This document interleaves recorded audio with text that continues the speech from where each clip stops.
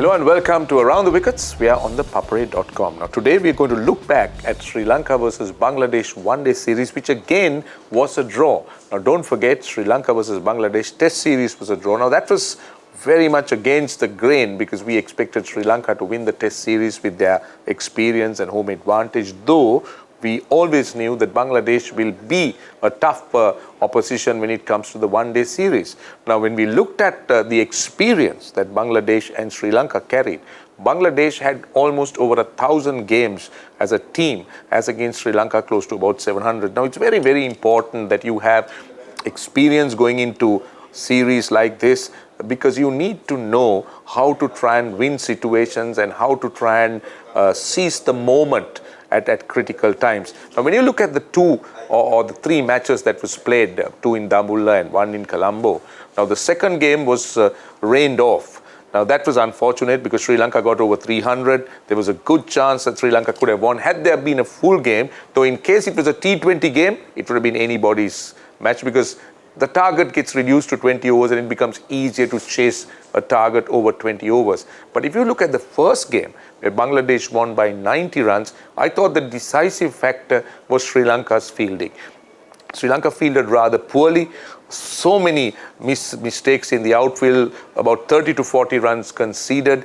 And then when Sri Lanka came out to bat, the scoreboard pressure was too much, and 3 wickets down for 30 runs in the first 10 overs really pushed the Sri Lankans back, and it was never going to be easy for them to recover.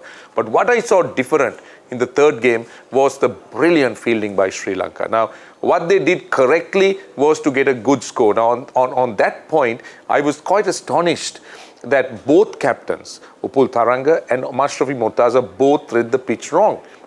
Now, there was a tinge of green. Everybody thought there might be seam movement, and obviously SSC has bounced, so the captains were clamoring to bowl first. And Mortaza won the toss. He had no hesitation in bowling first, and their plan would have been to keep Sri Lanka under 250. Now, that looked possible because Bangladesh kept plugging away.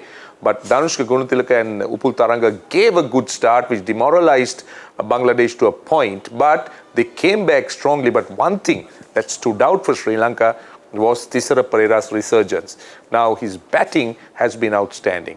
That's what we need ThePapare to be doing all the time. Now, I'm not going to talk about his bowling right now because bowling wasn't really up to scratch. That's an area he'll have to develop. And I sometimes wonder whether you can truly use ThePapare as a frontline bowler. Rather, you use him to bat at number 8 or 7, get you quick runs, just like he did in Dambulla and the SSC, and come on and bowl, say, 4 or 5 overs, where he becomes more than a useful all-rounder to have. But he's a game changer, just like what he did in that third game. His 50, which eventually gave him the Man of the Match award, to me was the decisive moment of the game.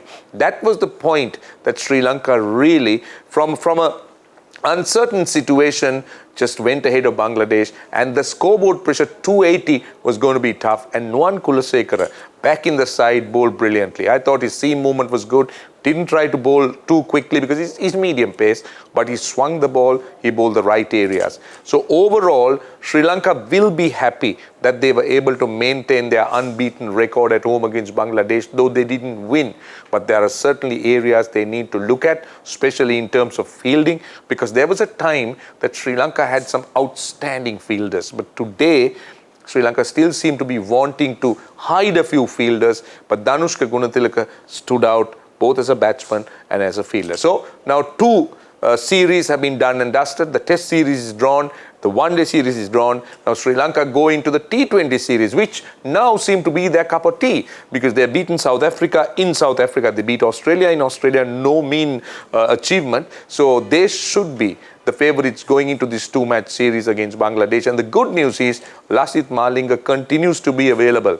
After Australia, he is available and he's in the side, and he is going to be a huge factor. I can tell you that Lasith Malinga is an absolutely brilliant thinking cricketer. He's someone who's developed a lot of experience over a period of time, playing in leagues, playing for Sri Lanka, and he knows exactly what he's talking about, and he's a great mentor to have in the Sri Lankan side, a young side where he can come in and give the experience and the advice that sometimes Sri Lanka lacked in games that he didn't play.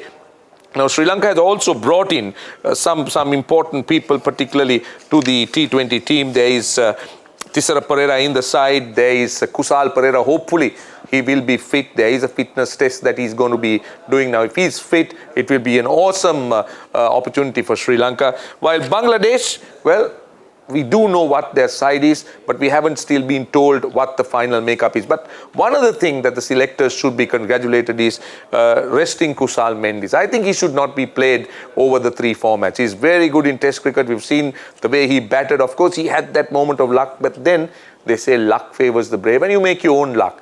Imagine if Kusal Mendes was out of the very first ball he faced in Galle. Who knows what the turnaround would have been. But he was given a reprieve, he got the 190, then in Dambulla he got 100, and then again at the SSC, a 50, man of the series, and he's turning out to be a champion. So to me, Sri Lanka looks very good going into the T20 series. And the other thing is, when you keep winning, the momentum goes with the team. Now, when Bangladesh beat Sri Lanka in the second test, it was obvious that the momentum was with them. Sri Lanka had to sort of come back, had to regroup, had to do the basics, and that was seen in that first one-day game. But then the second game, you saw the 300 plus runs Sri Lanka got, then they came to the SSC and won. So my hunch is that Sri Lanka will win the T20 series quite easily, though I don't want to write off the Bangladeshis. So we'll meet you when the T20 series is over, but for the moment, that's it from Around the Wickets on ThePapare.com. We hope you have been enjoying what we've been bringing to you in terms of cricketry. Continue to listen to us. We'll join you when the T20 series is over with another episode of Around the Wickets on ThePapare.com.